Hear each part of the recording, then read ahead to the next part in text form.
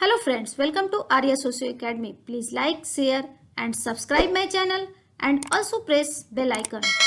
Hello friend, कैसे हैं आप सब। उम्मीद है आप सभी अच्छे होंगे। चलिए आज का शुरू करते हैं एमसीक्यू। उससे पहले जो पिछला क्वेश्चन था उसका आंसर हम लोग जान लें। निम्न में से संस्था का प्रकार नहीं है। संस्था का प्रकार कौन सा नहीं है यह हमें बताना है। ऑप्शन है परिस्थिति एवं भूमिका प्रदान करना, ऑप्शन बी सामाजिक नियंत्रण स्थापित करना, ऑप्शन सी सामाजिक व्यवस्था को विसंयोजित करना, ऑप्शन डी मानव आवश्यकताओं की पूर्ति करना। तो संस्था क्या है, परिस्थितियों में भूमिका प्रदान करती है और सामाजिक नियंत्रण भी स्थापित करती है, मानव आवश्यकताओं की भी पूर्ति करती है, लेकिन सामाजिक व्यवस्था को विसंयोजित करना इसका कार्य नहीं है। तो 11 का आंसर हमारा यहाँ हो जाएगा सी। संस्था से संबंधित वीडियो बना हुआ है, वहाँ देखिए और अपने सभी प्रश्नों का हल पाइए। तो वहाँ देखिएगा तो आपके सारे क्वेश्चंस के आंसर खुद ही मिल जाएंगे। तो जिन्होंने सही उत्तर दिया है उसको बहुत बहुत धन्यवाद और कंग्रेचुलेशन कि वो पढ़ रहे हैं और अपने गोल की तरफ बढ़ रहे हैं। चलिए शुरू करते हैं आज का एमसीक्यू। क्वेश्चन नंबर 1, एक निश्चित सामाजिक आवश्यकताओं की पूर्ति हेतु भूमिकाओं एवं परिस्थितियों के पुंज के रूप में संस्था को किसने परिभाषित किया है। ए मैकाइवर, बी डेविस, सी समनर, डी स्मेल्सर। तो यह एक परिभाषा है संस्था की, यह किसने दिया है। तो जहाँ आवश्यकताओं की बात होती है, समाज के प्रकार की बात होती है, तो मुख्यतः वह परिभाषा किसकी हो जाती है, डेविस महोदय की हो जाती है। तो 11 का आंसर हमारा यहाँ हो जाएगा, 1 का आंसर हमारा यहाँ हो जाएगा बी। यह परिभाषा डेविस महोदय ने दी है।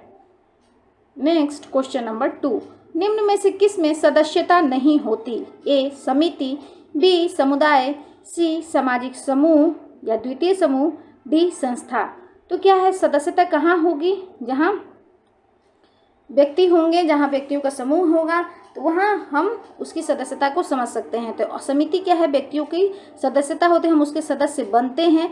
समुदाय में भी हम जाके उसके सदस्य बनते हैं। समूह है, समूह के बिना व्यक्तियों के होगा ही नहीं। संस्था क्या है, संस्था में कोई सदस्यता नहीं होती है, कार्यप्रणाली नियमों की व्यवस्था होती है। तो 2 का आंसर हमारा यहाँ हो जाएगा डी। यह क्या है, अमूर्त होती है, इसमें किसी तरह की कोई सदस्यता की बात नहीं होती है। तो 2 का आंसर हो जाता है हमारा यहाँ डी। नेक्स्ट क्वेश्चन नंबर 3, निम्न में से कौन सामाजिक नियंत्रण की संस्था है। ए प्रचार, बी धर्म, सी राज्य, डी जनमत। तो यहाँ सामाजिक नियंत्रण की बात हो रही है, तो यहाँ प्रचार क्या है, सामाजिक नियंत्रण नहीं होता है, और जनमत यह भी नहीं है। राज्य और धर्म हुआ तो राज्य को समिति भी माना गया है, लेकिन यहाँ संस्था की बात हो रही है तो समिति और संस्था राज्य को माना जाता है, लेकिन यहाँ मुख्य रूप से धर्म हो जाएगा क्योंकि यह अनौपचारिक सामाजिक नियंत्रण का एक रूप है। तो 3 का आंसर हमारा यहाँ हो जाएगा बी। नेक्स्ट क्वेश्चन नंबर 4, संस्थाएं बिना समितियों के असंभव है, यह कथन क्या है। ए सत्य, बी असत्य, सी आंशिक सत्य, डी अर्थहीन। तो अगर हम देखें तो संस्था जो है वो समितियों के माध्यम से ही कार्य करती है। समिति के बिना क्या है, संस्था का कोई महत्व नहीं रह जाएगा। अगर परिवार है तो परिवार समिति के रूप में कार्य करेगी, उसमें व्यक्ति रहेंगे, सदस्य रहेंगे, तभी वो किसी नियम या कार्य प्रणाली को कार्य संपन्न कर पाएंगे, जिससे वो संस्था का रूप दे पाएंगे। तो अर्थात समितियों के बिना संस्था नहीं हो सकती है, यह बिल्कुल सही कथन है। तो 4 का आंसर हमारा यहाँ हो जाएगा ए। नेक्स्ट क्वेश्चन नंबर 5, संस्था कौन है। ए परिवार, बी राजनीतिक दल, सी बाजार, डी कारागार। तो अगर हम देखें तो यहाँ क्या है, राजनीतिक दल तो यह समिति के रूप में कार्य करेगी, कारागार है तो यह भी समिति के रूप में कार्य करेगी, परिवार समिति और संस्था दोनों के रूप में कार्य करता है। तो बाजार क्या है, बाजार एक संस्था होती है। तो 5 का आंसर हमारा यहाँ हो जाएगा सी। बाजार में किसी तरह की कोई सदस्यता नहीं होती, या हम एक जगह होती है या फिर एक ऐसा स्थान जहां हम लेन देन या अपने क्रियाकलाप एक निश्चित नियमों के अनुसार करते हैं, तो इसलिए बाजार हमारा क्या हो जाएगा, संस्था हो जाएगा। तो 5 का आंसर हमारा यहाँ हो जाता है सी। नेक्स्ट क्वेश्चन नंबर 6, सरल समाजों में राजनीतिक संस्था का निम्न में से कौन सा आधार है। ए नातेदारी, बी राजत्व, सी जनरीति, डी रूढ़ी। तो सरल समाज की बात हो रही है, सरल समाज में राजनीतिक संस्था क्या आधार कौन सा होता था? तो निश्चित है सरल समाजों में राजनीति का आधार क्या होता था? नातेदारी होती थी। राजा हैं तो राजा का बेटा राजा होगा, फिर या फिर मतलब उनके जो नातेदारी के लोग होंगे वो प्रधान माने जाएंगे। तो इस तरह से 6 का आंसर हमारा यहाँ हो जाता है ए। नेक्स्ट क्वेश्चन नंबर 7, एक सामाजिक संस्था होती है ए मूर्त, बी अमूर्त, सी व्यक्तियों का एक समूह, डी एक भीड़। तो यहाँ संस्था क्या होती है? संस्था अमूर्त होती है। ये एक नियम है, कार्यप्रणाली है, तो इसे हम देख नहीं सकते, वह अमूर्त होती है। तो 7 का आंसर इजीली हो गया, यहाँ हमारा आंसर बी।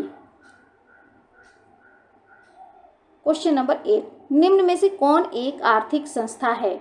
ए चर्च, बी दहेज, सी कार्यशाला, डी बाजार। तो यहाँ संस्था की बात हो रही है, तो चर्च आर्थिक नहीं है, यह क्या है?